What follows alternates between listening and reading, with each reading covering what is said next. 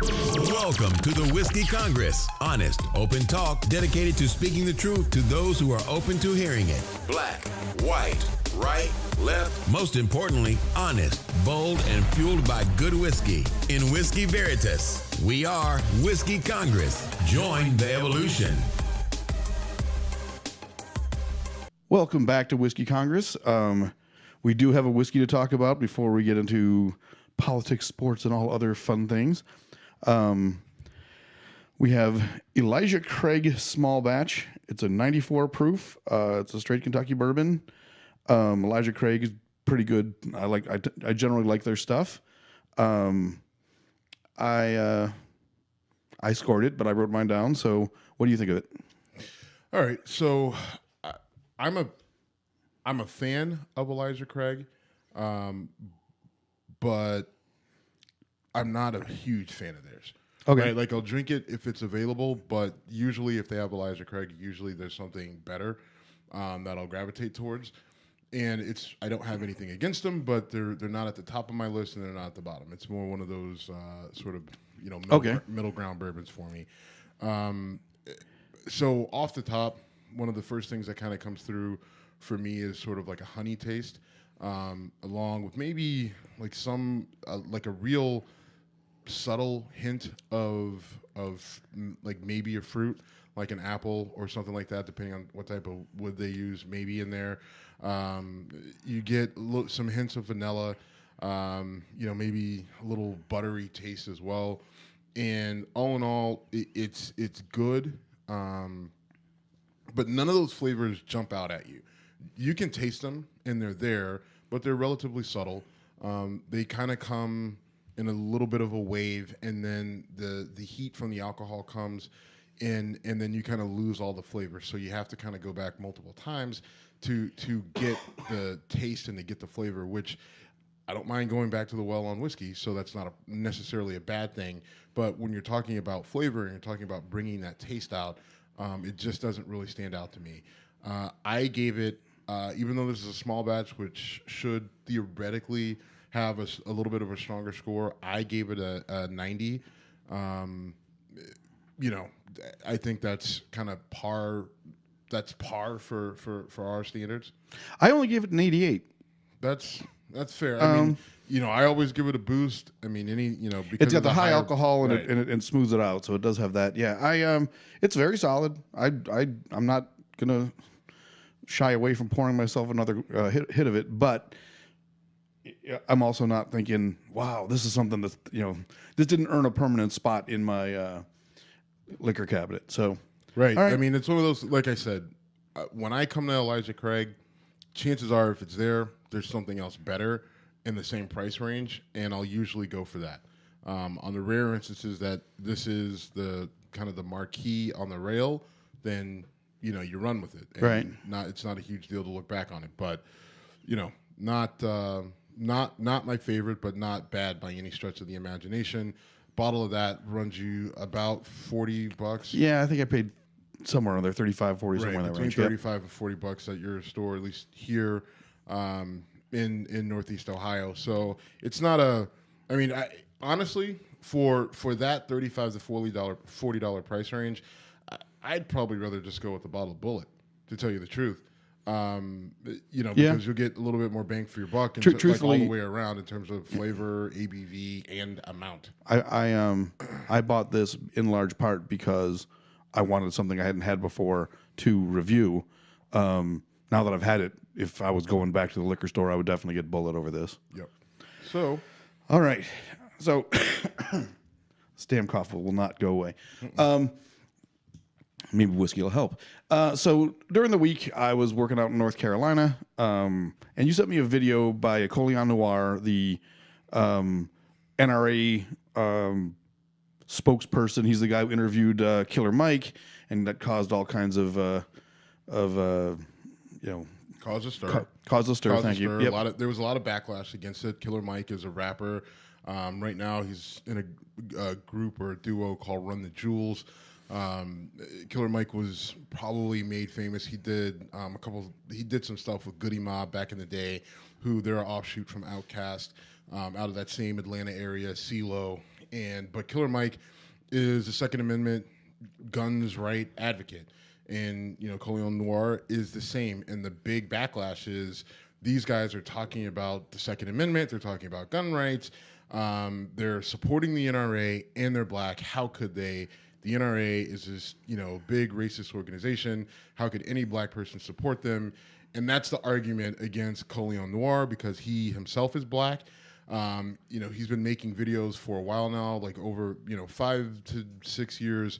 I think he said he was doing it for 5 years before he even was reached out to by the NRA to become an official spokesperson. So right, and then over the last couple years, so maybe it's been 7 or 8 years that he's been doing videos. But either way, he's their spokesperson. He does these videos that are, they're obviously heavy, heavy guns. He calls himself an ammosexual.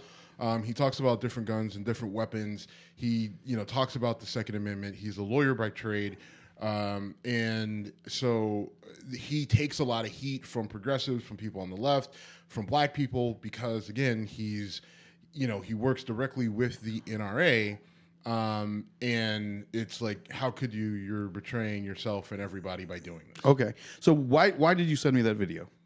Because I know your feelings about the NRA. You're very, you were an NRA member. You've revoked your membership. You talked about Wayne LaPierre as, I've used some bad words that right, yes, as a character that you are not a fan of. That is all correct. And so this video that we're going to discuss, which we'll post on the link to this podcast. We'll put it on Twitter for people to watch and kind of judge for themselves. But this just talks about, the NRA. It's, the accusation that the NRA is racist. He, has a counter argument. He makes his case. Yeah. He makes a case that it's not. And, you've, kind of intimated at race being an issue with the NRA as well. And so I'm not that you said it was racist, but I mean, on one of your rants, you kind of went off the rails a little bit, and that might have been more whiskey talking than anything. But I just figured it was something that you would, take interested in and I immediately take the bait. So let's see what happens. Okay. So I did. Colion Noir multiple times says basically look at all these great things the NRA has done for black people in the realm of Second Amendment rights.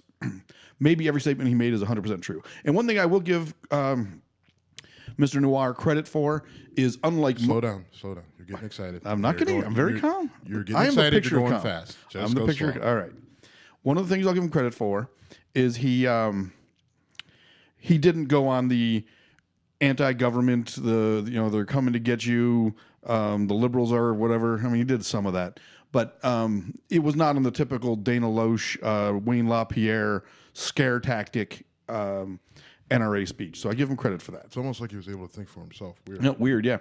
Well, the one thing I will say is a lot of the statements he made are what I will call truthful, but lacking full context. So I agree. The NRA does not have an official stance that is racist. They are not the... alt-right. Now, there's probably a fair bit of overlap between NRA member. That Venn diagram that definitely touches alt-right and NRA member.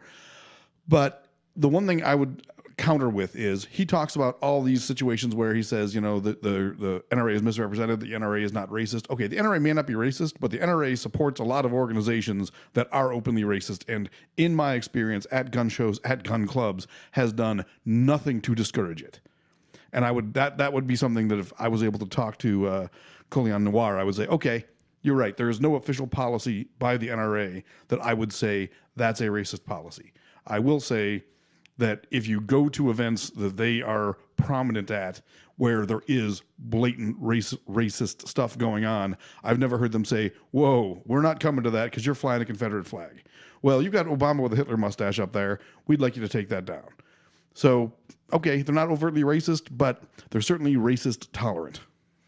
And I guess his argument would be that when you're an organization as large as the NRA, you're not going to be able to control every faction of your group and or organization. You're not going to be able to control how your members think, and you're not going to be able to control what goes on. I think they can control how their members think, but okay. You're not going to be able to control, every event or non-NRA sanctioned event that happens. And so, yeah, you're gonna have aspects of that. But I mean listen, the same people say that about Black Lives Matter, right? Oh, they were chanting this is a Black Lives Matter thing, and I'll be the first to say Black Lives Matter would not have endorsed the pigs in a blanket fry 'em like bacon thing. That was a dumb thing for the people there to do in terms of trying to help the cause. So this is, this is tit for tat, right? This is the same thing. It's the same thing. So, but I also think that you can have two things true at the same time. Absolutely. And I think that everything he did say was true. I agree. You go through, you fact check. This is accurate. This is true. And I think where it comes out is that there's a part of the NRA that is built around gun safety, gun ownership, Second Amendment rights, people being able to protect themselves, obviously hunting, every aspect of it. Everything that he talks about, yes, very true. They have the gun safety for women to protect themselves against rape and domestic violence. They have gun safety for, anyone that wants to come to a gun safety class. They will gladly take your money. And a lot of the stuff is actually free, but there is the stuff that's not, that, they'll take anybody's money they're not going to discriminate against, and they're going to teach you gun safety, especially if you're there with a gun, right? So all those things are true. But I think on the flip side, you can also have, like we said, factions of the organization that are racist. You have the fact that they didn't come out in support of Philando Castile, which would only make sense for them to do. He had a legitimate CCW. He was shot for no reason other than that we can ascertain than the fact that the cop got jumpy because he was a black guy who legally had a gun. Right. And so that's where the NRA should say, they should have came out. They should have taken a stance. Colion Noir himself should have came out and take a stance. He's refused to actually come out and say anything about it. He did say something somewhat kind of sort of after the fact. It was months and months after it had all happened, and only because he took a lot of heat from a lot of people, that had traditionally supported him, and kind of called him on his bullshit in that regard. And so where he, for every instance you can point to where he says they're not a racist organization, I think a person like you can bring up your anecdotal experience. I think that there are people just looking at the broad strokes of different things that have happened where you could say, yeah, if you weren't though, you would have supported X or you wouldn't have supported Y. Or to me, the big thing is you don't call out, hey, there's nothing just that the way I've their messaging and their, right. And I've never heard them say, hey, we're not about, this Confederate flag stuff. We want to be, fair to all of our members, and there's people who find that patently offensive, so tone that down. Never heard anything like that. Right. If you read NRA literature, it is filled with just plain bullshit and scare tactics. I mean, occasionally they'll say something true, like, but they'll frame it in a way that makes it sound way scarier than it is. The NRA will love to say things like the Democrats are going to try to make all bullets that aren't made out of pure gold illegal, and they'll point to some ridiculous thing that gets brought up in the State House of California and say, look, here it's coming. You better throw your money at us, and we got to keep you safe. I think the NRA could and used to serve a valuable purpose. I think they've just become a bought and paid for political hack organization. I'm not necessarily putting Colion Noir in that part of it, right? But they're there. So, I think the reality is, I think that I think that the NRA went out and said, let's get young, attractive people to legitimately talk about guns and talk about the Second Amendment, and we won't control their content, right? That's what they've done with him. They've allowed him to express himself however he wants, say what he wants, make the arguments that he wants, because he's a Second Amendment gun guy, but I think if you took that aspect of who and what he is away, that he would probably fit in the camp of your standard, black, well-spoken, progressive advocate. I don't know anything about his. I don't know anything Right. about his other politics. So I mean, so you take a guy like that, you allow him to be on NRA TV. And it's weird to say you allow him to be, but you allow him to be there. You allow him to exist in that plane without disturbing him. On the one hand, you could say you're just a puppet for them, although they're not controlling what he's saying. He's just saying what he's always said. How do we know that they don't have editorial control of what he says? Does he come out and say that? I've never He's said it multiple times. Okay. He said it multiple times. The NRA has come out and said it. And based on how his show runs, like I've watched a number of his episodes, it's got a very hip hop feel to it. Okay. I mean, he talks. I mean, he's a guy who, he drives a Mercedes G-Wagon. He rocks a Rolex. He loves his fitted hats. He's a hip hop guy. He loves Drake. Like so. Okay. I just have a feeling like if the NRA were controlling his message, they would probably ask him to tone the niggeration down a little bit, and he hasn't. They haven't. So to that, you'll give him credit. But I still think that as a guy in his position, with the voice that he has, the following that he has, I think he's got to be careful. Because like for the reasons that you mentioned, aside from the racist or the like the racist situations they allow themselves to be in or that they associate with, and through their own messaging and advertising and marketing and targeting, which you're just like, all right, well, they may not be coming out and saying that, you need to have a gun to protect yourself from the big scary Negroes that are walking around, but they might as well.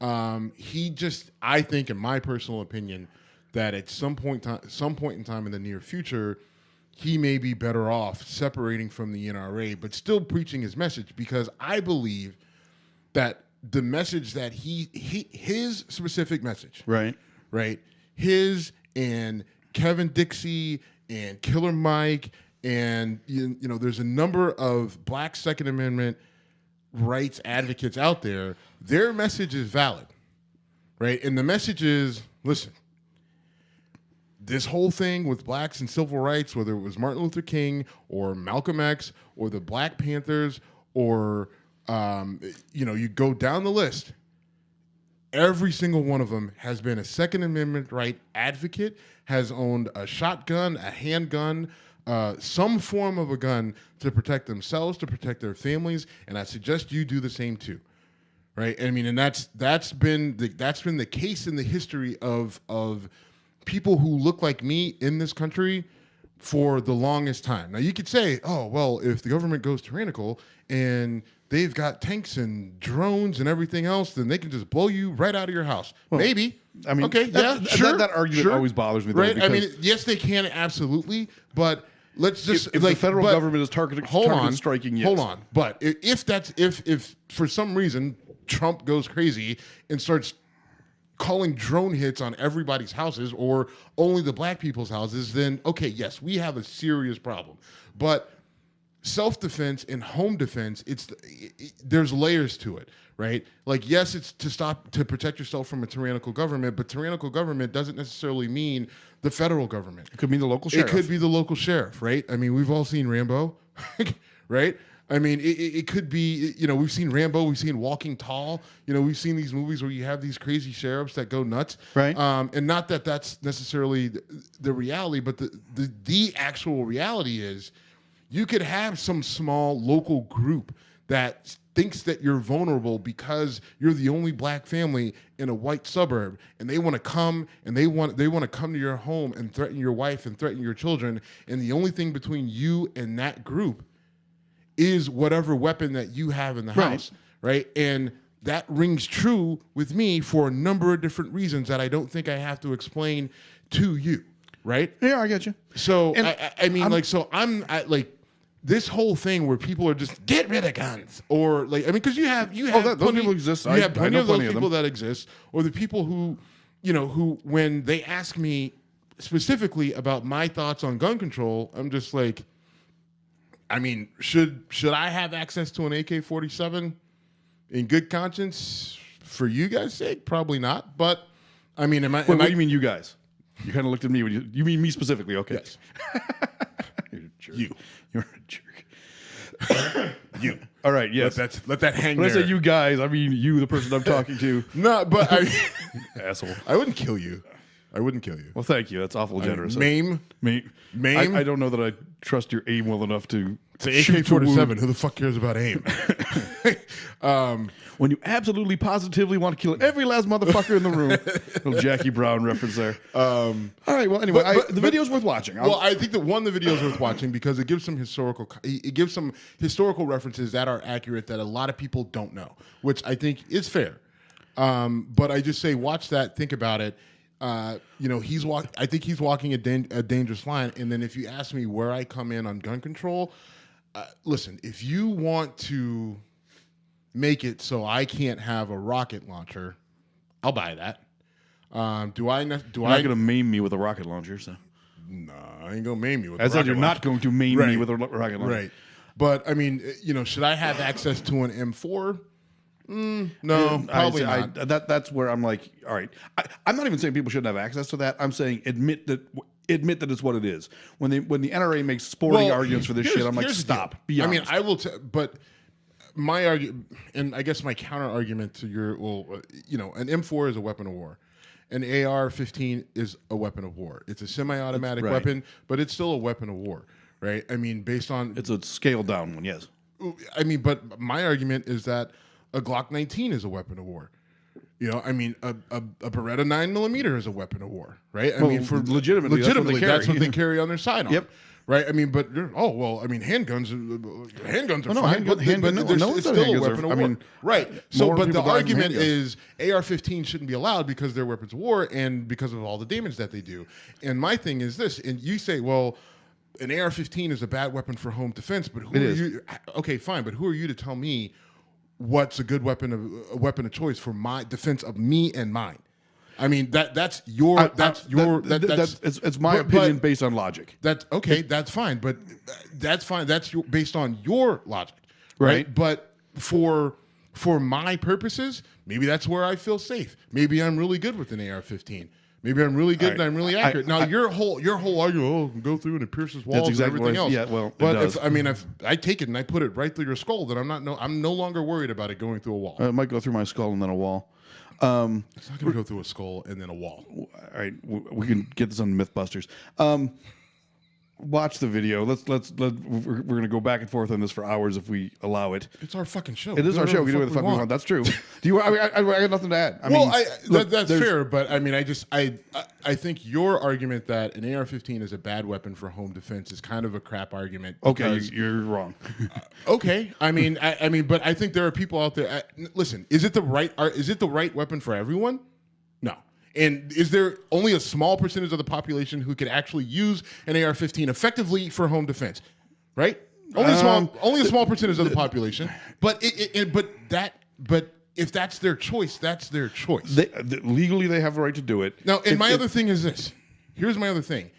We're not anywhere near banning AR-15s. We're not anywhere near any sort of gun control that would make liberals, progressives, anyone happy, right? So my thing is, well, I mean, since we're not there, then let's deal with what we have. Now, we can get there, but I'm not necessarily. I'm not saying I want to get there. But I'm not necessarily going to advocate for it because I don't know how comfortable I feel with this idea of limiting people's access.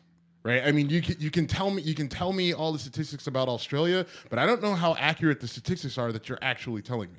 Because you talk to people that actually live in Australia, their story is a lot different than what you hear on the Michael Smirkana show or what you hear out of someone who Bill Maher or someone who really wants gun control. Well, so Colion Noir is about to go on Joe Rogan's podcast. That'll be interesting. I cannot wait. But I don't know. But why? But I don't know Joe Rogan's stance on guns. I don't listen to his show. It's very logical. He's very Joe Rogan. Obviously you know that I'm a total fanboy, but Joe Rogan is an intellectually honest guy who is. What's his stance on guns? That there's certain limitations are perfectly reasonable, but the government is something that should be kept under control by citizens, and citizen gun ownership matters.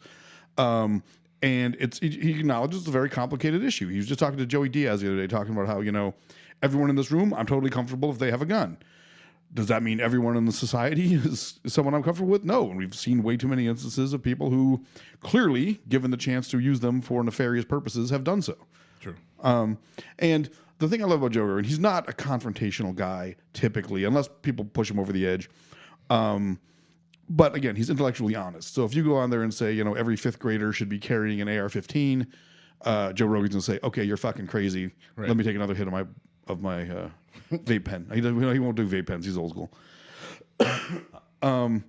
But okay. So anyway, I'm looking forward to hearing. I don't feel comfortable with you talking about vape pens and old school weed consumption with your lack of experience. So we should talk about Mike Wood starting a few new podcasts. One of them is called The Morning Blunt, and he sent me a clip from it. He sent us both a clip from it, and I listened to it, and I asked a few questions about it. He said, "Yeah, this is for people smoking their first joint of the morning. You're probably not the right target audience. LOL, aka square white guy." I mean, he didn't call me square white guy in those words, but he essentially did. He might as well have. He probably did. Because you are. Whatever. I'm so shy about that. Anyway, let's. All right, I think we've beaten this to the ground. Successfully transitioned out. So there's not a good way to transition to our next topic, but the big news of the day that was a buzz, I think, end of yesterday into today, was that former FBI director James Comey has dropped a book. And it's a very interesting... The excerpts that have come out have been interesting. I mean, it technically doesn't come out till Tuesday, but we've already seen... Right, we've already, seen excerpts, and it talks, the excerpts that we've seen, it talked about, how Comey, his interactions with Donald Trump, what, some conversations they had, what Trump was obsessed about, the big thing that stands out that everyone is talking about, on the Beltway and on the pundit shows, is Trump's obsession with the Russian dossier and the possibility that there was a video of the Russian prostitutes peeing in the bed that Obama had once slept in. Peeing on him in the bed. No, it wasn't peeing on him. It was peeing on the bed. Okay. I like my version better, but your version is better, but I thought that's what maybe that was said. I don't know. It was said, and when the bombshell came out about the dossier, however many months ago that was, I think it quickly snowballed from into prostitutes peeing on the bed to them peeing on him, and so. Trump got obsessed that there was a video. He, in the excerpt that we have seen, says that Trump asked Comey to prove that the video was a lie to make Melania Trump feel better, so that there's a 1% chance that she might believe him, or that she might believe that this actually happened, and he wanted Comey to go out there and disprove that it happened, so it would make her feel better. Comey gets into a little bit of a judgmental phase, like, what kind of wife would believe? Like, listen. If your husband has an affair with a porn star while you are pregnant, I find it hard to believe that you would completely be shocked, or that you would be completely shocked that that same guy paid a couple Russian prostitutes to pee on a bed, right? So here's the thing I thought was the most funny was Comey said something like, Trump said, "Do I look like the kind of guy who would have to pay prostitutes?" Yes, you absolutely do. You're a 70-year-old pasty, disgusting human being, and without your money, you couldn't fuck a $5 whore with $10. I don't disagree with that, but the problem is the money is there. Right. And he can afford the prostitutes, but don't tell me he's going to Russia and who knows? Listen, a billionaire is a billionaire is a billionaire, and if you want to argue whether he's got a billionaire or not, okay, fine. But if you got the dough to spend, Russia, I don't think Russian prostitutes discriminate. No, that's the point though. I'm saying, yes, I think if he goes to Russia and he wants to get some action, he's probably going to prostitutes. I don't think porn stars are throwing themselves at him in Russia the way apparently they do here. I mean, that's not even an accurate description because they don't throw themselves. He throws himself at them and they accept. Allegedly. Either way, I mean, I think the answer to the question that James Comey or that Donald Trump asked of James Comey, do I look like the type of guy? Could you imagine me with prostitutes? The answer is yes. Very easily. Yes, yes. Do you have to go with prostitutes? Can you get women to pee on a bed without them being prostitutes? I mean, but look at you, right? Look at you, and look at the money that you have. Everything about this is very believable. Is the point? You take away the money, and that dude is. All right, and this is one of those things again where one is it true? I don't know. And I don't think you'll never know. You'll never know because in reality, the only way you would know is one, if the two prostitutes came out of nowhere and said, let's face it, they're dead. Right. Well, I was going to get there, but you ruined it because you're good at ruining jokes. But I would think that you would need the two prostitutes to come out and say, "Hi, I'm Svetlana, and I peed on the bed." Right? Like, or you would need some sort of video evidence, which in reality probably doesn't exist, right? Even if it did really happen, who's recording it, right? If it's Trump, two prostitutes, and Paul Manafort, I find it hard to believe that Paul Manafort will record it, right? Like, there's no advantage. I think it would be recorded by a camera, a hidden camera in the hotel room in Russia, which I find completely plausible. That's realistic, yeah.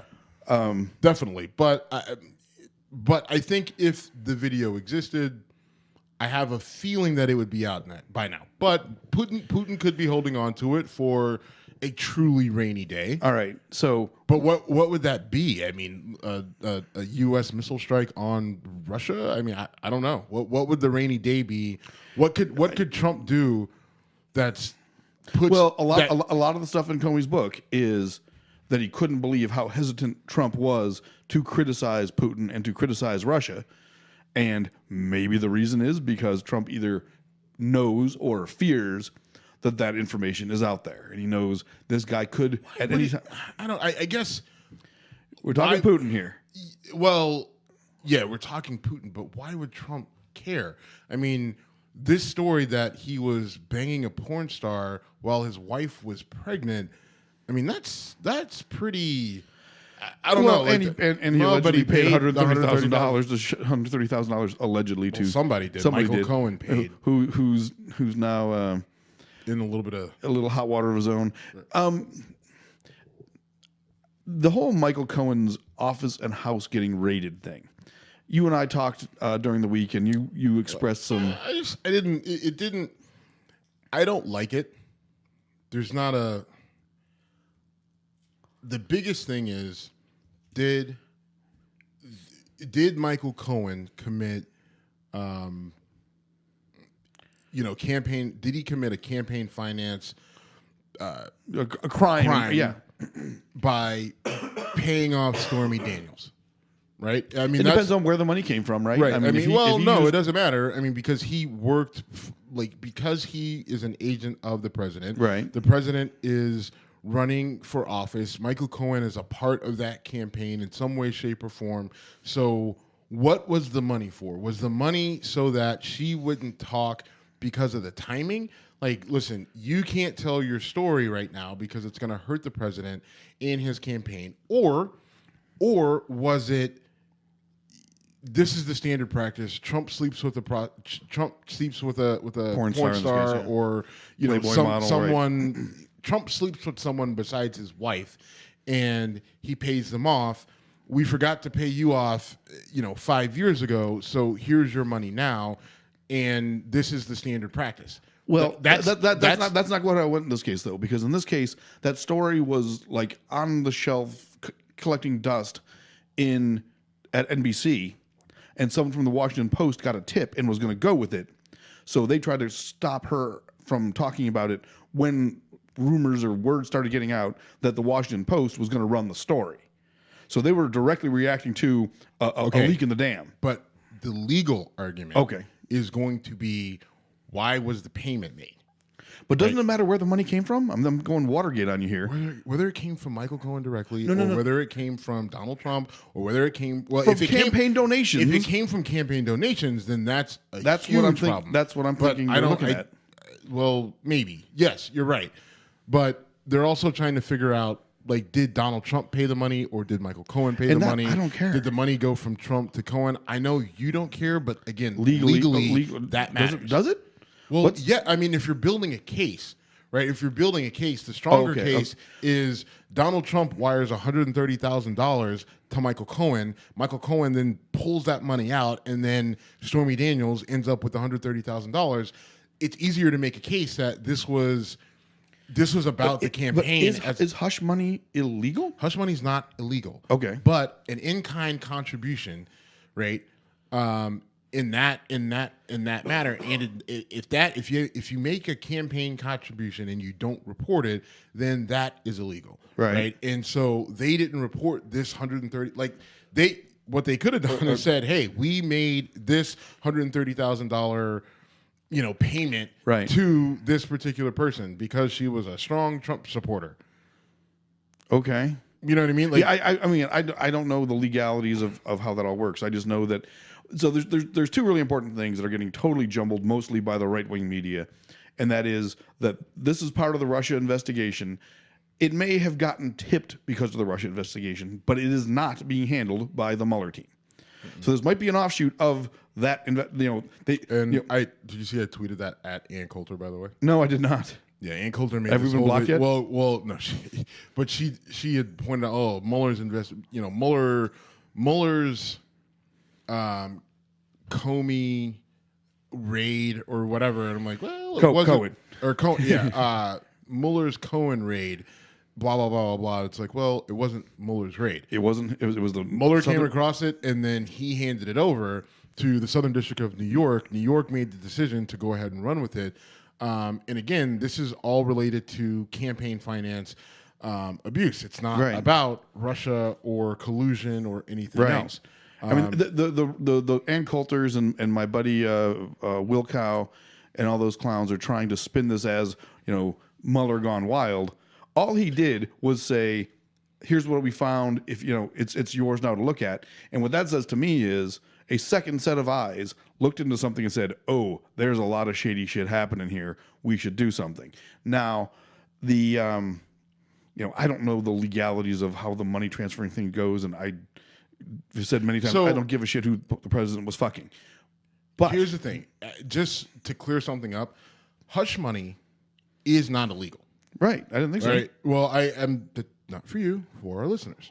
Hush money for an elected official, a CEO, person in the public spotlight, for them to pay someone off to not talk about a relationship or an experience they've had with Bill Cosby or with whoever, Bill O'Reilly. Well, with whoever, that's not illegal. All right, unless that experience in and of itself was illegal, right? Like, hey, we robbed this bank together. Here's $100,000. Let's talk about it. Right. Okay, that is a problem. But just, you have sex with, some random woman and you say, I'm going to pay you this money so you don't blow up my marriage or you don't blow up whatever, my chance at becoming the next CEO of BP Oil, then that's not illegal. It's not a crime. The only reason that this falls into criminal realm is because you had a presidential election going on. They gave this woman money, and the perception is they gave her money so she wouldn't talk because they didn't want it to impact the election. And that money, that's part of a campaign. And so, and there are rules around how that money gets when you're spending money. When a candidate spends money during a presidential election or during a federal election, or even a state election, but the rules are a little bit different in depending on the state that you're in. When you have a candidate that's running for office and they're doing something, they're spending money to impact their ability to get elected, they have to report that spending, period. Yes. And this is, you could look at it, if they said, all right, we have to shut her up because if she comes out shortly before the election, the election, she could sway the evangelicals, and we can't let that happen. So go pay her $130,000 to get her to shut the hell up, and then we'll be done with it, right? And that right there, if that's what happened, which is probably what happened, but proving that could be difficult, especially if you have a pattern of behavior, which it looks like you actually have. Right, like it looks. It sounds like he had a standard non-disclosure agreement. Right, like there was a standard letter. There was a standard. Right, like is she pregnant? Check yes or no. Yeah. If yes, go here. If no, go here. So I mean, and that actually is legit. That actually legitimately helps Trump and Cohen both in saying, listen, this is just what it's we contract. did. She's one that slipped through the cracks, but I mean the rest. I mean this is how we operated on a regular basis, and it's fucked up as it is from a legal standpoint, right? You kind of have to look at that and say, well, I mean, okay. Remember that Chappelle Show bit where he's like, the sex contract where he's with the girl. Yes. He's like, and at the end of it, he lasts 2 minutes. He's like, if you tell anyone, I'll sue your ass. Right. I'm a firm believer in the sex contract. Nobody needs to know who anybody is. Check here to accept oral. I'll do you too. Check here for anal. Check here to decline anal or not. Check. Okay. The look on his face. That was a great bit. Oh my gosh, that was so funny. And to the end, tell everyone how lousy it was, and I'll sue your ass. Was fucking hilarious. All right. So Rashida Jones was in that skit. Quincy Jones' daughter.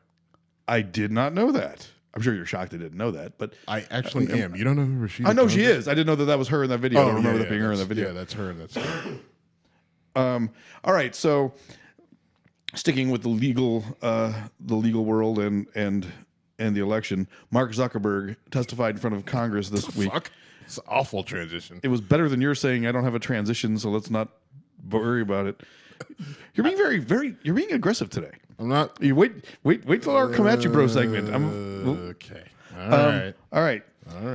So Mark Zuckerberg testified in front of Congress today in what I thought You know what's me being aggressive is throwing you out of your own house. That would be aggressive. Threatening to shoot me but not kill me, and then threatening to shoot me with a rocket launcher. That's not aggressive. Moving on. I didn't threaten you. I just said you just said you were going to do it. All right. It wasn't a threat. It was a statement of how I'd like to spend my Tuesday night. Did you see any of Zuckerberg's testimony? Yes. What was your overall I have a takeaway from that I want to share, but I want to know what was your just general thoughts on watching that. That you see why he created Facebook. He is the most socially awkward human being that I've ever seen. And there's a reason why he had to create it, is that was the only way he can interact with other human beings. Okay. And he's very bad at it. And it came through in his testimony very clearly. It came through in his facial expressions. It came through in his tone of voice. My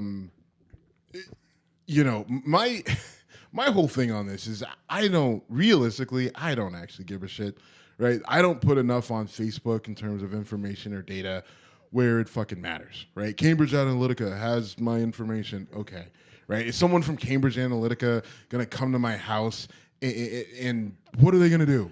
Right, like I know his daughter really is cute and she runs the show. Yeah, like okay, well, you got me there. Yeah, like you do lift a fair amount of weights. I don't really give a shit. Now people will freak out like, what privacy? They have access to everything. They have access to what you give them. Right, they have it. Right, like they have access to what you have already put there. Right, like so clearly it wasn't that big of a deal to you. Right, like you're butthurt about it now, but you gave no shits when you were just typing it in so you could hurry up to see Susie's kids at horse camp or whatever the fuck. So it's not a huge deal to me. Susie and horse camp every fucking year. I guess. But my daughter asked me for a pony. And I said, no, you're not getting a pony. I didn't even pretend to I didn't want to entertain it because so far she has called me on everything that I have promised. So I have learned not to make veiled promises to that child. And then I did find this thing in the little area that I live that they actually do a 2-day horse camp with the horses down in over there right off of Grayton.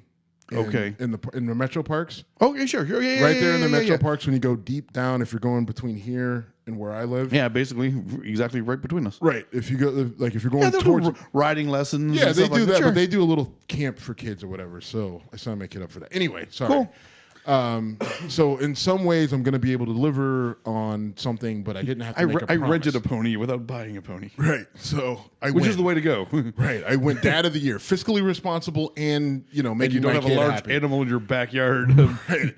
Like I'm actually embracing the fact that I don't have to clean up giant dog shit anymore because Dora is no longer with us.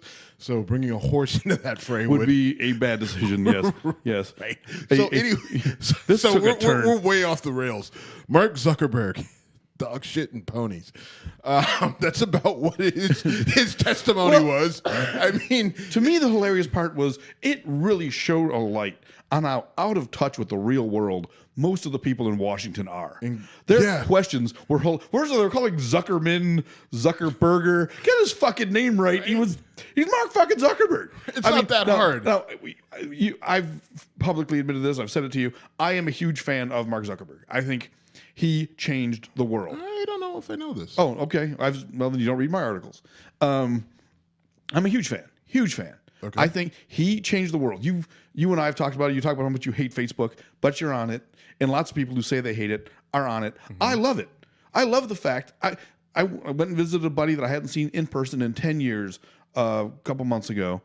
And I felt like, okay, I know a fair bit about what's going on in his life. I didn't have to say, what are your kids' names and how many kids do you have? Because despite the fact that he and I had not, sat in a room or talked on the phone in many years, he and his wife are friends of mine on Facebook. I see the stuff they post. I love what it's done, and I really believe it has changed the world. It's got some bad sides. I've got plenty of people that I'm connected with on Facebook who I don't know why I do it, and I used to be the guy that would get into the political discussion on Facebook where nobody wins. I'm up at 2 a.m. calling people names and getting called names and talking and just no political. We've had a lot of talks about it.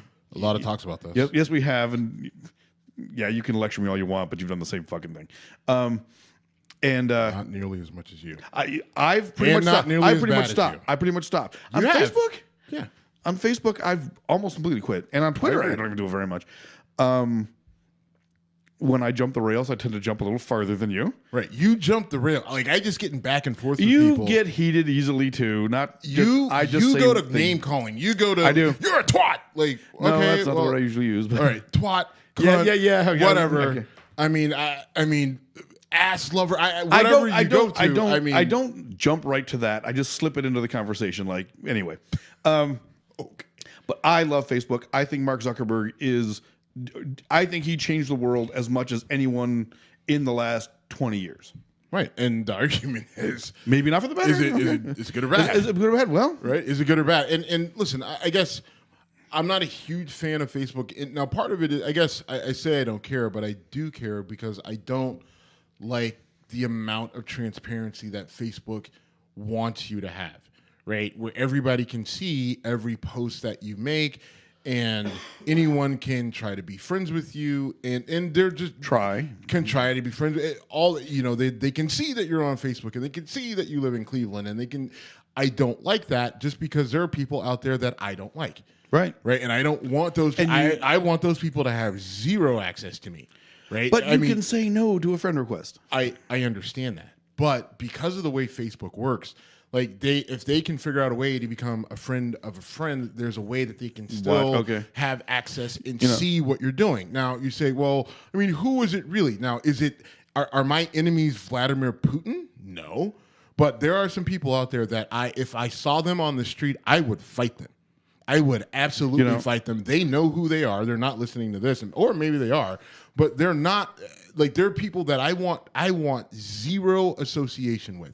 And so the idea that they can make up a fake profile or attach themselves to someone, some acquaintance that I have who I happen to be friends with, when I was around that person, and then that person somehow, like I comment on their thing and they could say, oh, Steve. Right, there. and they can, I mean, like that whole thing. Like I don't. That's the aspect of Facebook that I don't like. Whether it's someone that I truly have a beef with, and there's a couple of them out there, or it's an ex or whatever. It's those sort of people I don't want to have access to me, and that's the drawback of Facebook, because that's why I stopped using my last name and did some other things using the privacy settings that are set there within Facebook to try to insulate myself from that.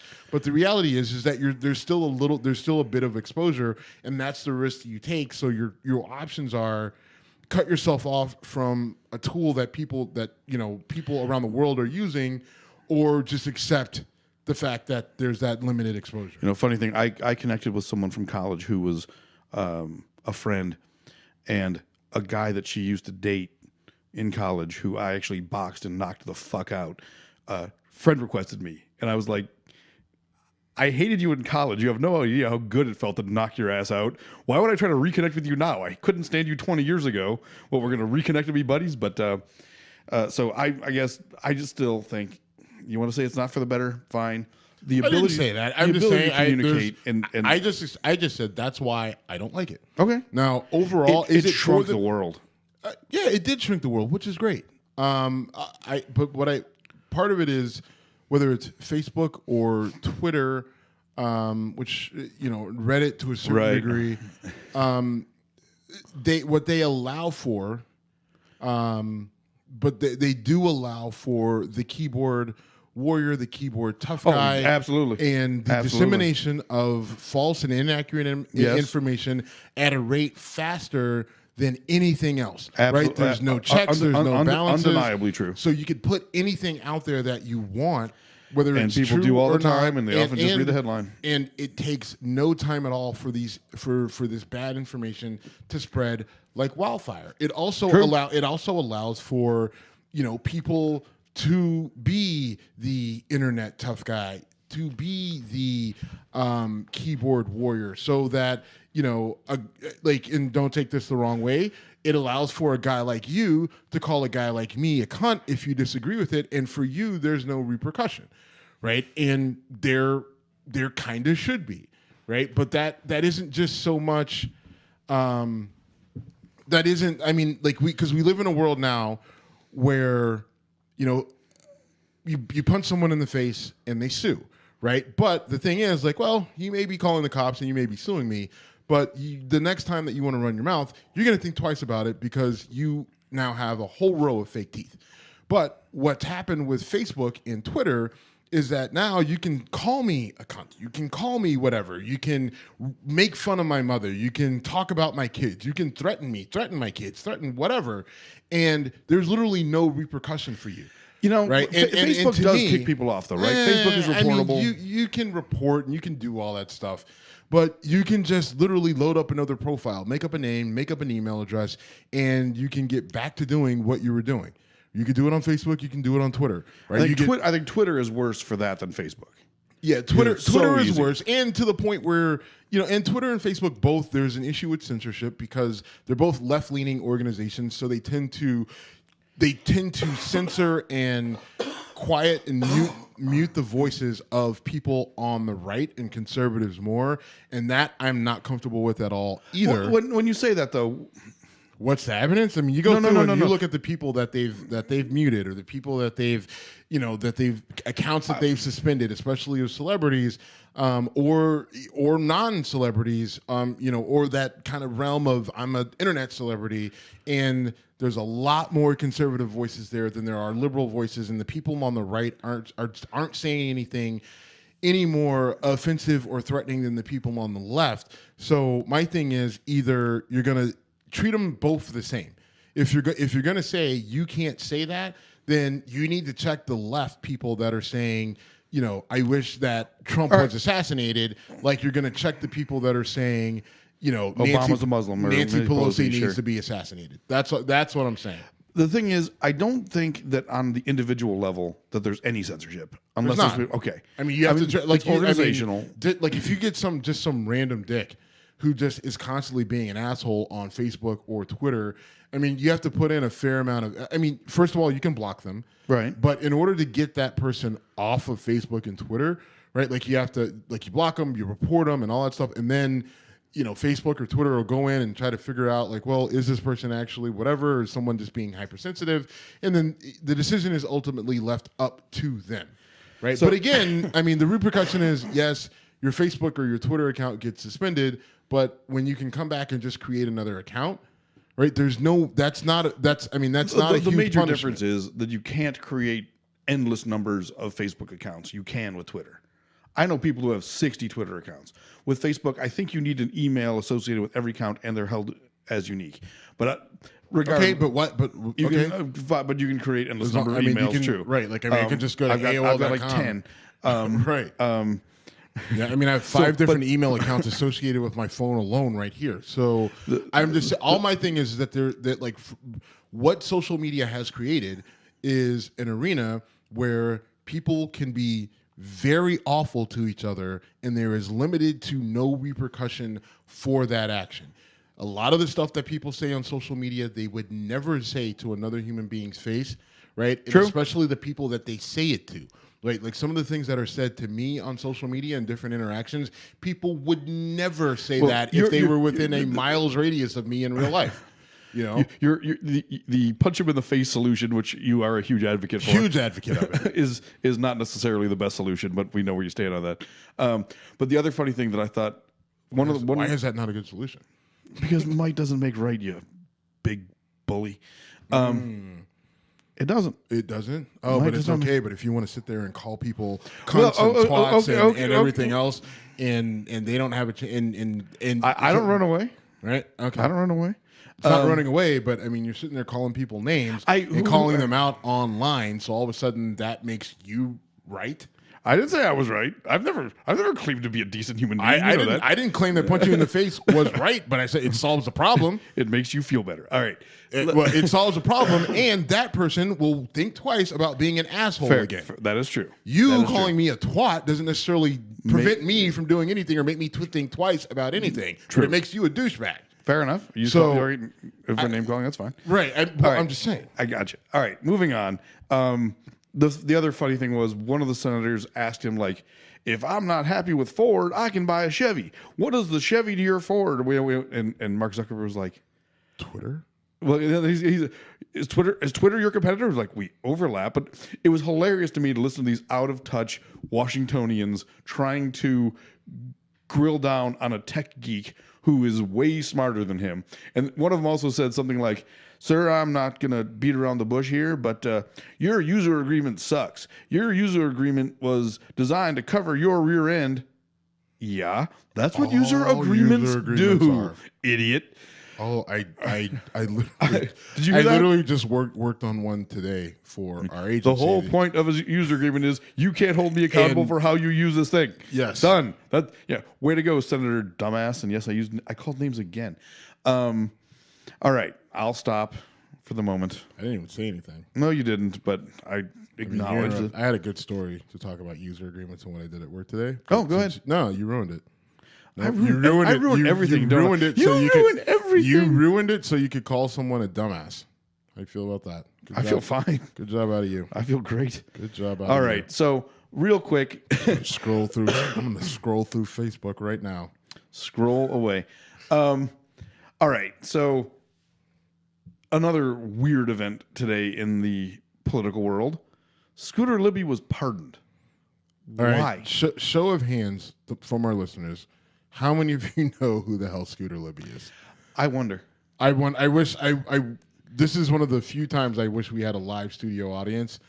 And while we love you, I just feel that if we had a live studio audience, Jim would be dead by now. Kiss my ass. Punch me in the face. Make the world a better place. Punch Jim in the face. I have put that. By the way, I did once put on Facebook. Make the world a better place. Punch Sean Hannity in the face, and I stand by that.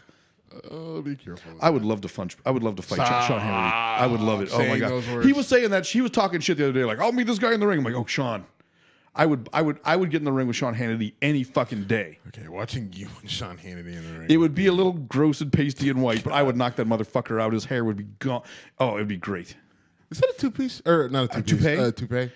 A hairpiece? It's perfect. I don't know. It's been the same. Well, I feel like it's been the same color for a long time. That kind of. Oh, it's getting colored. It's getting whatever. Yeah. Did I tell you what happened to me? Did you see what I put on Facebook? Did you see what happened to me on Facebook in North Carolina about my gray hair? No. All right. Well, many people took great pleasure in laughing at this. I went to it's kind of a fast food barbecue joint, so I wanted to have the local style barbecue, which is soaked in vinegar, pulled pork, and fried chicken place. Oh, I do know. I do know. Okay, but tell and it. so at this point, I had not shaved my head down. My goatee and my facial hair were kind of long. There's a lot of white in these things, and this probably 16-year-old girl punches up my order, and I look at the fucking screen, and it says this much, minus 44 cents for a senior discount.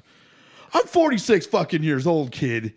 Now, I'm sure to her. You know what? Here's the problem.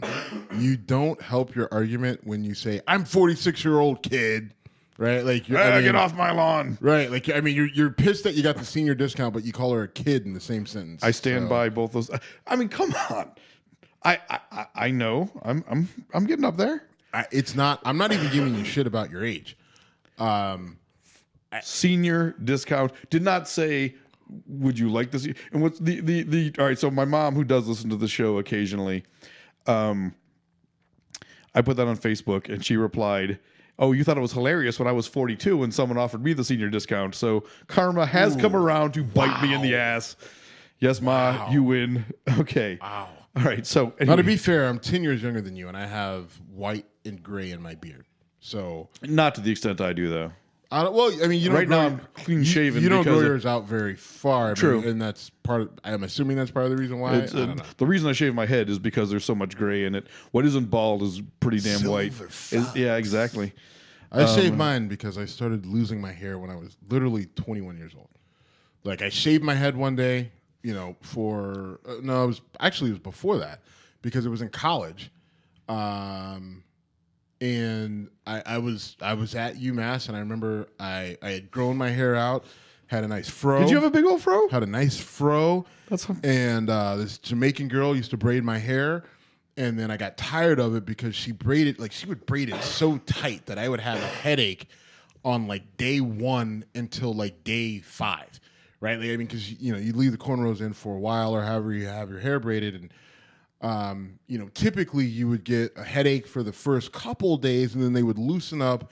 The headaches would go away, and it's just like, all right, this is a terrible way to live. But she would braid my hair, and the headaches never went away because she would pull it so tight. Like, she would literally like put her foot in the back of my head to pull and get them tight. And they looked great. Like, they were pristine. It looked like she did it with, like, she drew them on, But, I mean, my God, like, how tight does my hair need to be? So I cut my hair off, and I used a razor. Like, I shaved it down with the clippers. I used a razor. Right.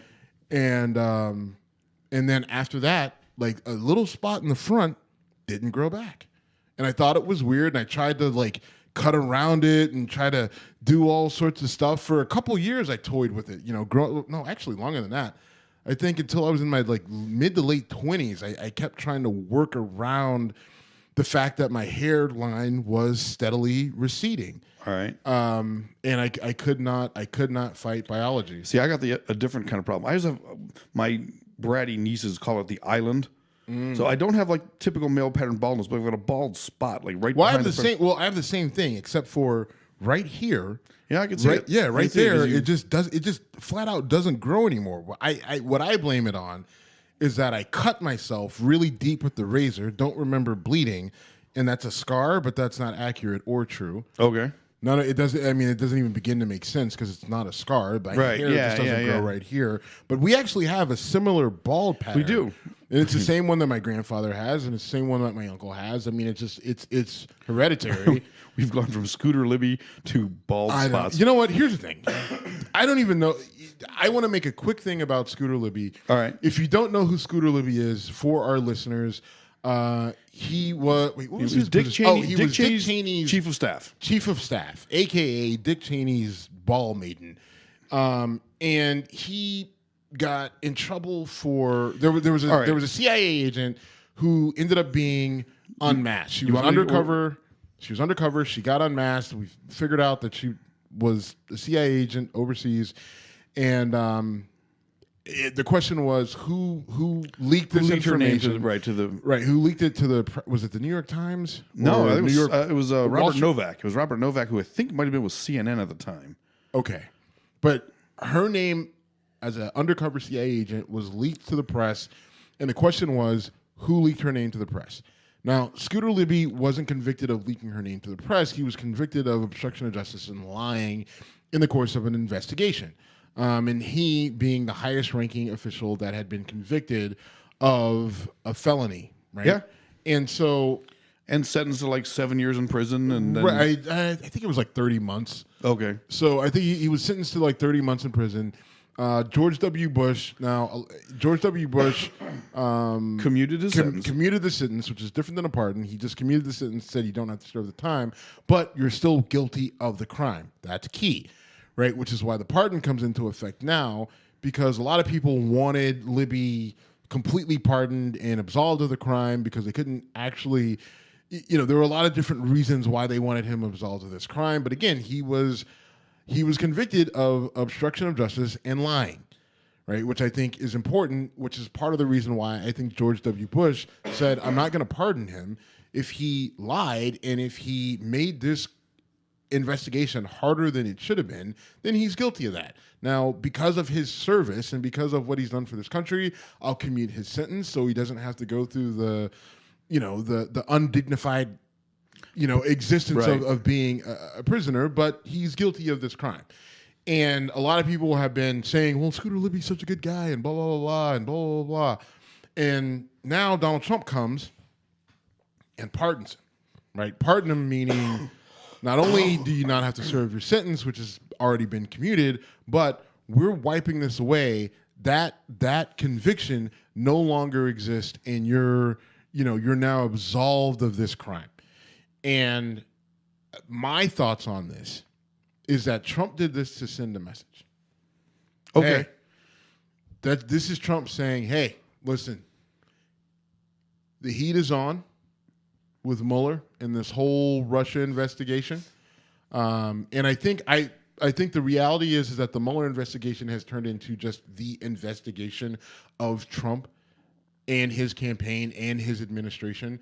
So I think the pardoning of Scooter Libby is a calling card to people who know things to say, keep your mouth shut. It's a safety flare. Right. Keep your mouth shut. Play nice. If it goes down, you're going to go down, but I'll get you out. That is almost the only thing that makes sense about that happening now. Because Scooter Libby has been the whole thing was about Valerie Plame and Joe Wilson. If you're interested in it, Google Joe Wilson and Valerie Plame. And Plame, correct, not in Plame. Yes, Plame. And that's just no. Clarity Good for the listeners. Good. Because there's a lot to that story, and it's something I was very passionate about when it was going on.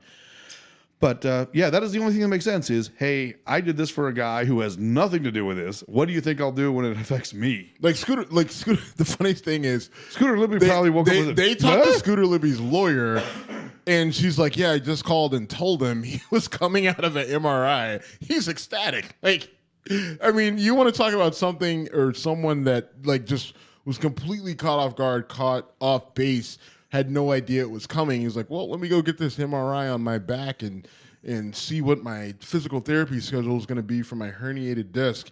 And then all of a sudden, by the way, you're pardoned. You're pardoned. He's like, he probably jumped up and he's just like, you know what? All of a sudden, I'm fine. So Steve, I heard the news that Scooter Libby had been pardoned, and I literally thought to myself, what year is this?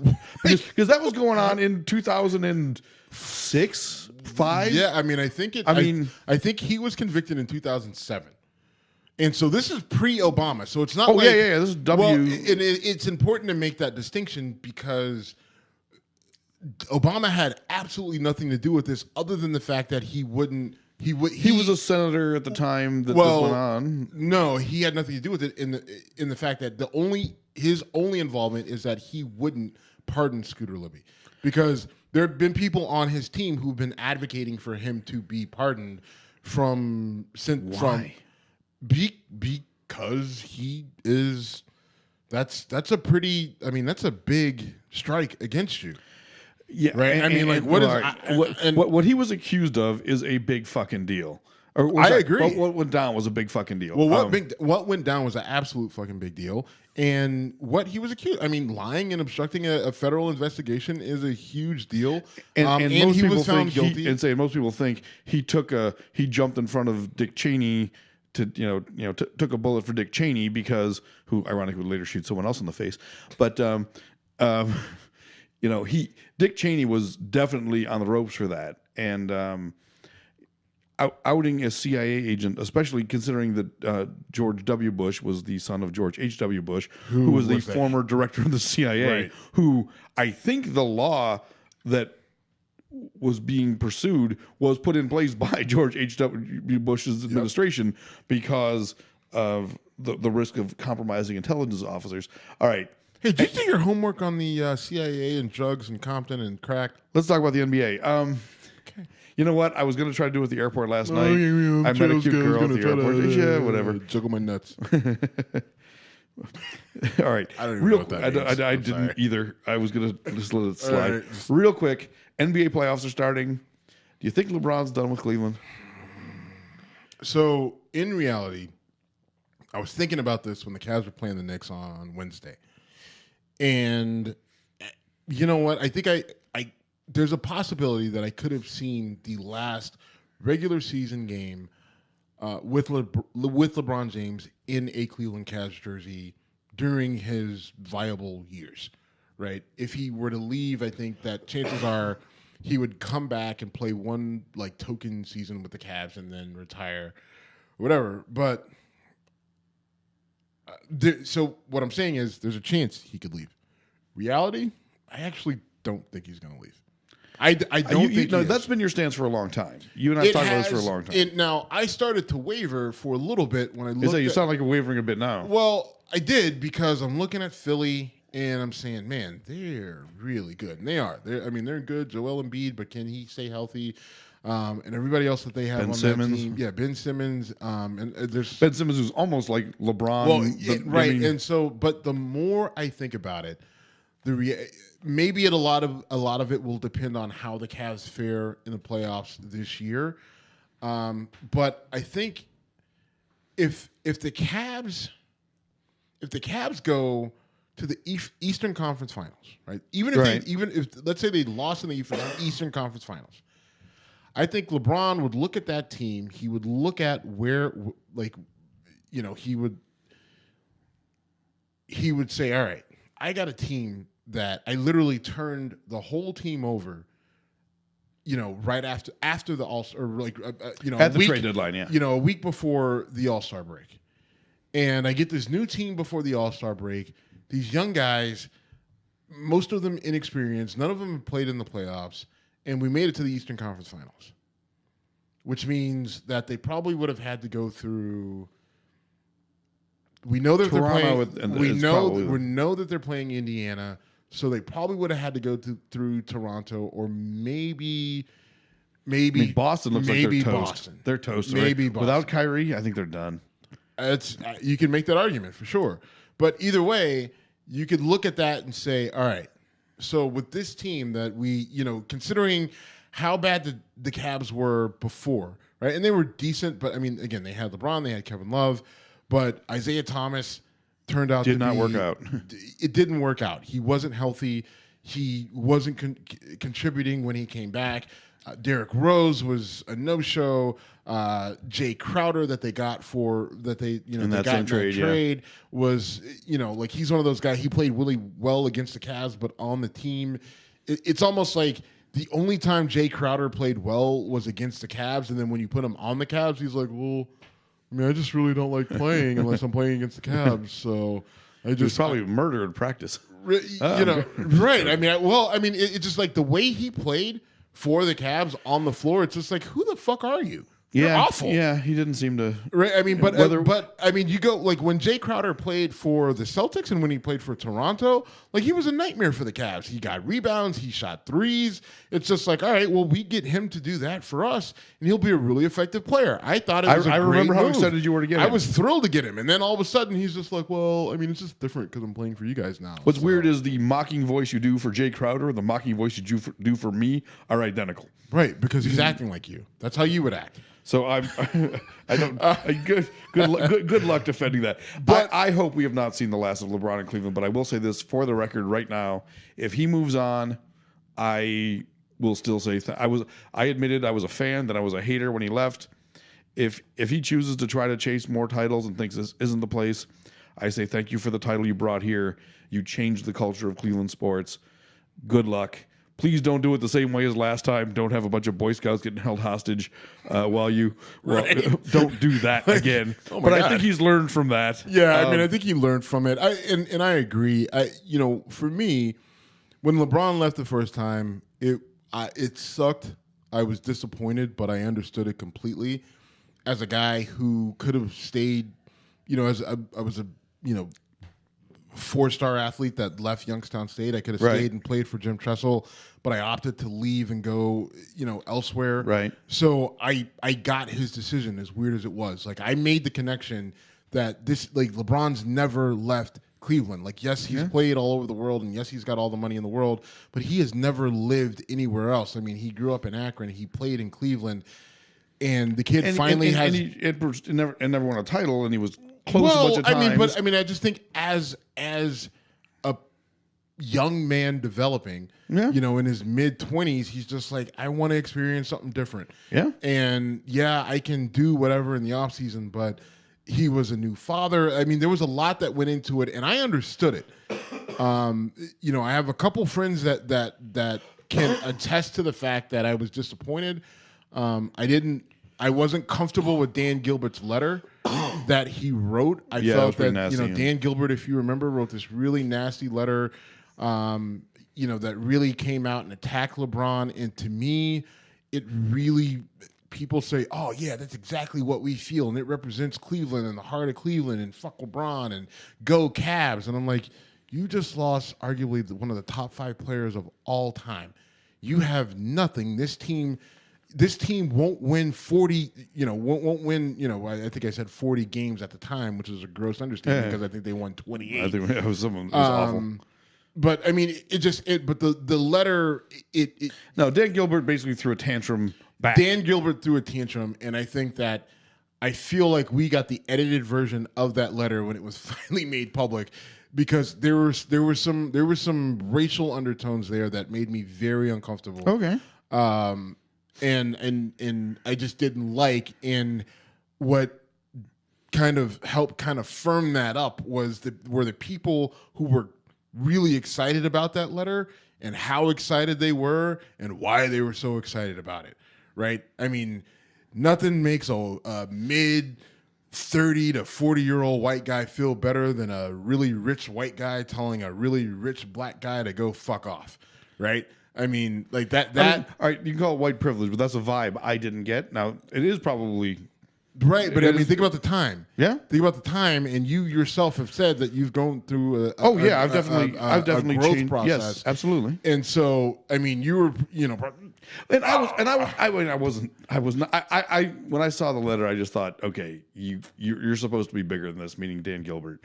I thought the way LeBron handled his departure was terrible. Oh, it was awful. And I've always said that as well. The way he handled his return was fucking perfection. Oh, it's good. And brought a tear to my eye. If he chooses to leave again, all I'll say is thank you. But part of me says, what? Like, who the fuck wants to go through that?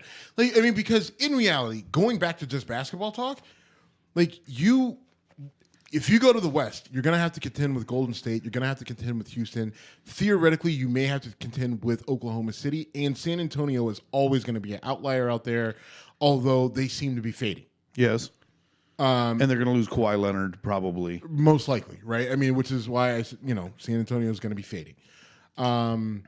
and you have some other young and up and coming teams out in the West. In the East, all you really have right now is San Antonio. In the East. I'm sorry, Philadelphia. Holy okay. shit. Yeah. I'm sorry. I'm sorry. I don't even know where that came Geographically from. challenged. But all you really have in the Eastern Conference is the Philadelphia 76ers, right? And we don't even know how they're going to perform in the East. All we know is that they're really good right now. And maybe you can argue the Boston Celtics, once Hayward comes back, once Kyrie Irving is healthy, you get them a full season together in the playoffs, and then they could be a formidable duo. Yep. But I don't know what Gordon Hayward is in the playoffs, right? All I know is that he's a pretty solid player. He's a double-double guy. He would help a guy like Kyrie spread the floor. So I could see where that would absolutely work. But we haven't seen them together at all. I mean, he broke his leg in the first quarter of the first game that they played together, so we have no idea what that's going to be. And so my argument is that it's an easier path for LeBron to get to the finals and then have something happen once he gets there with the Cavs. And if this team can get to the Eastern Conference Finals as currently situated, then I feel that LeBron is good enough and will be good enough for the next 3 to 5 years to be able to get that team to the finals or pretty damn close. And if they can get to the finals in the next couple years, I think that, and like Golden State's not a lock to win this. Steph Curry's not in. He's broken. I mean, Steph Curry probably won't be back until the second round. There's a chance that Golden State could theoretically lose in the first round. Golden State just lost by fucking 40. Yeah. Okay? Like 40. Like by 40 to Utah, and I'm not exaggerating. They literally lost by 40. So when you do the math on that, it's crazy. It's crazy. NBA team to lose by 40 points an in a game. NBA team to lose by 40. Now, it was one of the last games of the season, either the last game of the season, but Golden State is not the formidable beast that they were. They theoretically could lose. Houston is very good. Jeez. Houston is very good, but Houston and the Cavs are like the Cavs are not a great matchup for Houston for two reasons, right? Because one, LeBron James isn't a good matchup for anybody, and two, James Harden is not like his matchup against either one of the guards that they would throw at him is actually not great. So he could actually, theoretically, he could be managed. And people want to talk about Chris Paul, but I need Chris Paul to stay healthy. And we haven't seen Chris Paul perform well in the playoffs to this point. So, I mean, you can make an argument that, like, Houston has some kinks in the armor. Real quick, playoffs about to start. Your prediction of who's in the finals? I'm going to say Cavs in Houston. And if it's Cavs in Houston, I think the Cavs come home with another title. I was going to say Cavs in Houston as well. I'm not going to predict the championship round. I'm going to save that for another show. But I will. All right. If it's Cavs in Houston, I think they match up. I think that they match up, and I'm going to go a little subjective and just say I know LeBron can win a championship. You don't know that James Harden can. I don't know that James Harden can. I don't know that CP3 can either. Or Chris Paul can. So, all right. So we got to wrap this up. We got to do our come at me, bro. I've got a question for you, sir. Okay, come at me, bro. So you, Steve, are generally a reserved guy when you make predictions. You're very analytical. You don't like to make bold predictions and be proven wrong. The only time I've ever seen you fly off the handle and make a prediction or make a bet on a prediction was when you predicted Trump would win the election, and you ended up being right. I didn't fly off the handle with that. You were pissed. I didn't fly off the handle. I had data. All right. You had pointing to exact the reasons why. Right. Anyway, my question for you is there a compromising tape in the possession of Russians? Does it exist? That's a great question. Is there a tape of two? And don't say no, it's not a tape. It's a digital video. Is there video evidence? Is there evidence of Trump? Some sort of golden shower event? Yes. Whether it was on a bed or on Trump or that is the question. A German Shepherd. I will not let you dodge on technicalities. That's a great question. Your come at me, bro, is so much better than mine. Mine is depressing. I'm going to say yes. Awesome. I'm going to say you're it's doing out it. there. Okay. Now, can I explain why? Please, absolutely. We know for a fact that Trump hates Obama, right? Yes. Trump was birtherism. His birth certificate, he wasn't born here. Doesn't take Obama mocked him publicly with the whole, when I was doing this, he was firing Dennis Rodman or whatever he said. Right, like he can't stand it. Trump has an ego. Like Trump wants to be praised, and if you make fun of him and you're right, like he loses his shit. So I believe that Trump really has this vendetta against Obama. Like that, like it's not just Republican versus Democrat. It is I am Donald Trump from rich This and I'm fucking white, guy did this? and this fucking social nigger activist president motherfucker like that. Like Trump lost his shit, right? And after that, like he lost his shit, and he had $1 billion, and he said, "You know what? I'm gonna fuck that guy in the ass."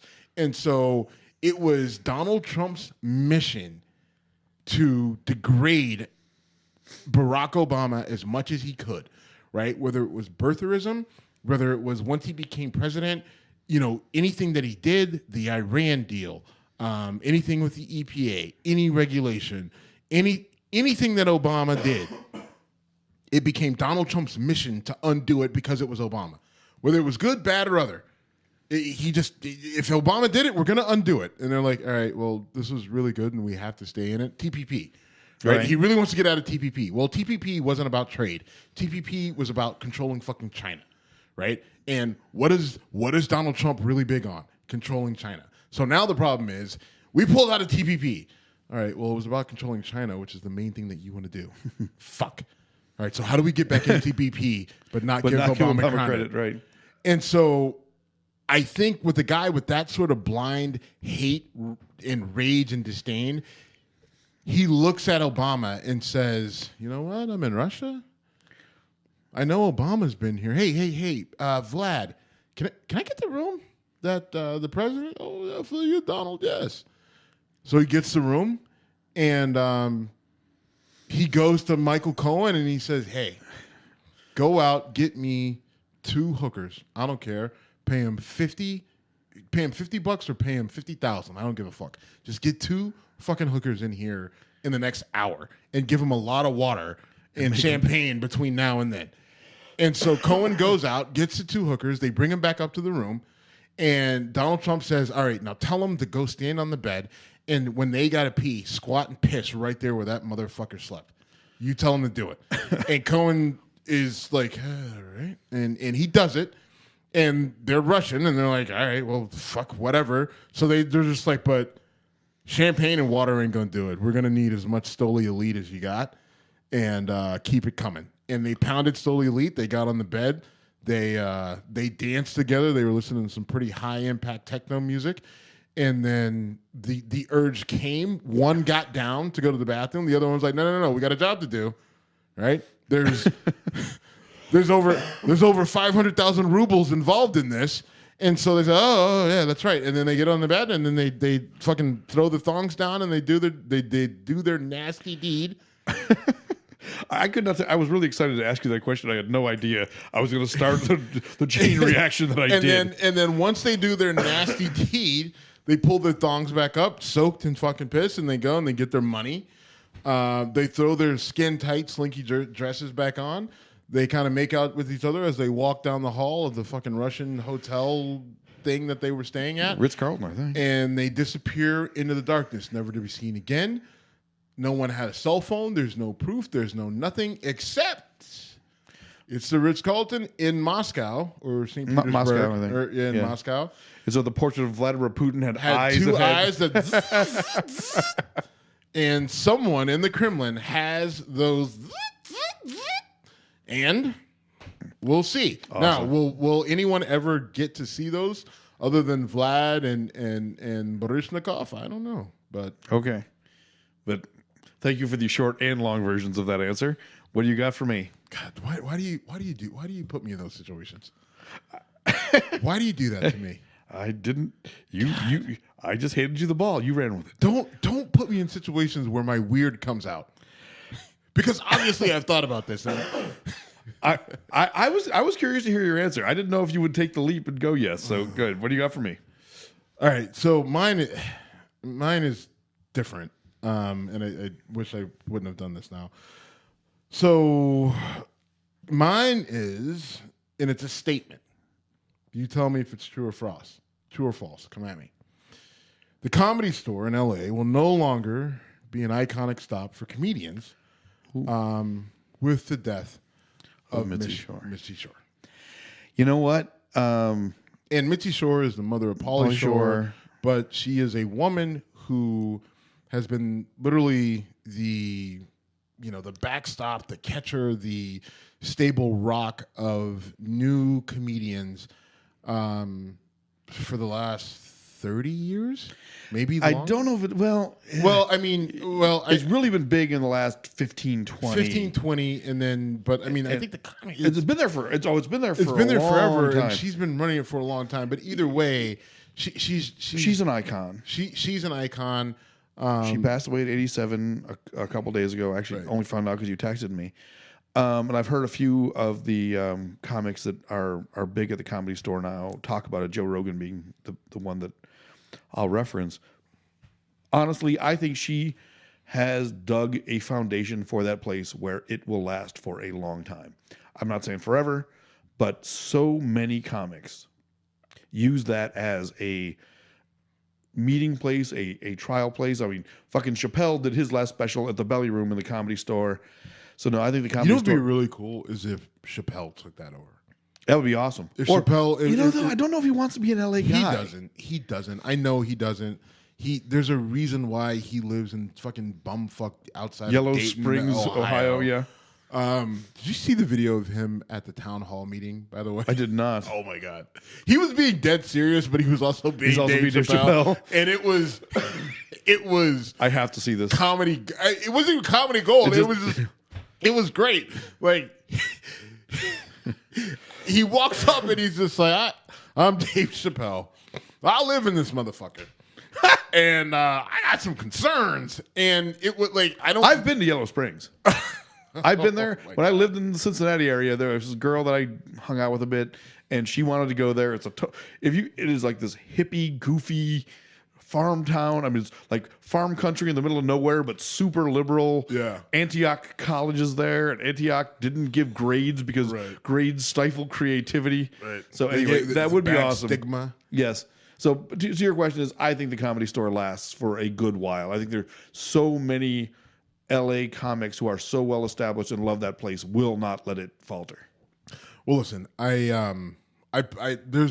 not I hate to say this, but we talk about comics on the show, and it's almost like a little bit of a bit where I hate comics, right? And you call me out on it, but I love comedy. I know. Especially good comedians. Bad comedians I don't like. They're bad, so it's fair. But I could appreciate what Mitzi Shore brought to the world of comedy. Mm-hmm. My heart and condolences go out to Pauly Shore. I could not imagine what he's going through. She died from complications from Parkinson's. Right. He had been taking care of her for the last however long. It's been a while, yeah. She meant a lot to a lot of people. You mentioned Joe Rogan. His stories about her. He's got great stories about her, but there was a long time where he was banned. Yeah, was banned from there, and then he was able to finally go home. So go back there because of her. Actually, because of her. So it's great that happened before she was incapacitated and before she died. And so I guess my heart and yours and the Whiskey Congress sort of group heart goes out to Pauly Shore and his family, and I don't think he's got a lot of family. I don't know. I heard an interview with him it's maybe I say a few months ago, but actually it was probably a year to 18 months ago, where he was talking about taking care of her and the difficulties of it. Because he was still trying to travel and do some things, and he's doing a lot of advocacy things for different things. And he was talking about kind of like the small actual family that they have, but they have an enormous family when you rope in the world of comedy. So, for everybody who is hurting right now because of her passing, our heart goes out to you. And, I'm pretty sure that she would want us all to kind of continue to keep laughing. Remember the best things about her if you know them. And if you don't know, then go look her up and look up the Comedy Store and look at the people who came out of there. And the people that are there now. Those people who go there weekly. And, just look at what that place provides. It provides laughter in times of in all times, good, bad, or other. And that helps, that kind of helps us deal with a lot of the tougher things that we have to deal with. So. And a couple of our Cleveland folks have moved out to LA. I mean, Yusuf Ali is out in LA. He's got a poster up in our studio. Ramon Rivas has been in town. I actually saw him last night down at the Comedy Cabin in Lakewood. So, I know they both go, I think, to the Ice House and the Improv more than the Comedy Store, but I think they've both been to the Comedy Store and performed there. Mm-hmm. So it's helping local folks. All right, man, let's wrap this up. We've been, Stephen, good talking to you. And I have to pee like a race. Okay, go do that. And we're Whiskey Congress at Whiskey Congress on all social media. We'll put up the videos we talked about when we post the episode. Thanks a lot, and good night. Good night.